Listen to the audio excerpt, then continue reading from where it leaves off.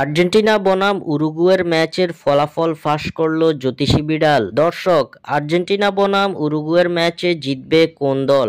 আপনাদের প্রেডিকশন আমাদের কমেন্ট করে জানিয়ে দিন। 2026 বিশ্বকাপ বাছাই পর্বের ম্যাচে চলতি মাসে আবারও মাঠে নামতে যাচ্ছে ডিফেন্ডিং চ্যাম্পিয়ন আর্জেন্টিনা। বিশ্বকাপ বাছাই পর্বে চলতি মাসে দুটি ম্যাচ খেলবে আলবিসেলেস্তারা, যে দুই ম্যাচে তাদের প্রতিপক্ষ উরুগুয়ে ও ব্রাজিল। ব্রাজিলের বিপক্ষের ম্যাচের আগে শক্তিশালী উরুগুয়ের মোকাবিলা করবে আর্জেন্টিনা। বিশ্বকাপ বাছাই পর্বে বেশ শক্ত অবস্থানেই আছে লিওনেল মেসিরা। 2026 বিশ্বকাপে এক পা দিয়ে রেখে কনমেবল অঞ্চলের পয়েন্ট টেবিলের শীর্ষে অবস্থান করছে দলটি। এখন পর্যন্ত 12 ম্যাচে 8 জয়, 1 ড্র ও 3 হারে আর্জেন্টিনা অর্জন করেছে 25 পয়েন্ট।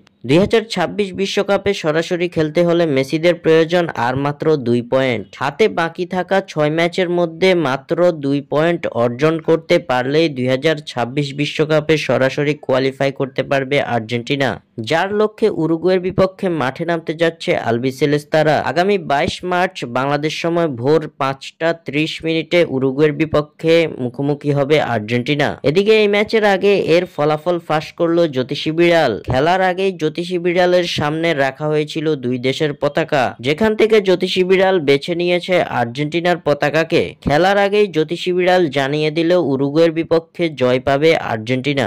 স্বাক্ষর থেকে সাদবিন ইসলাম।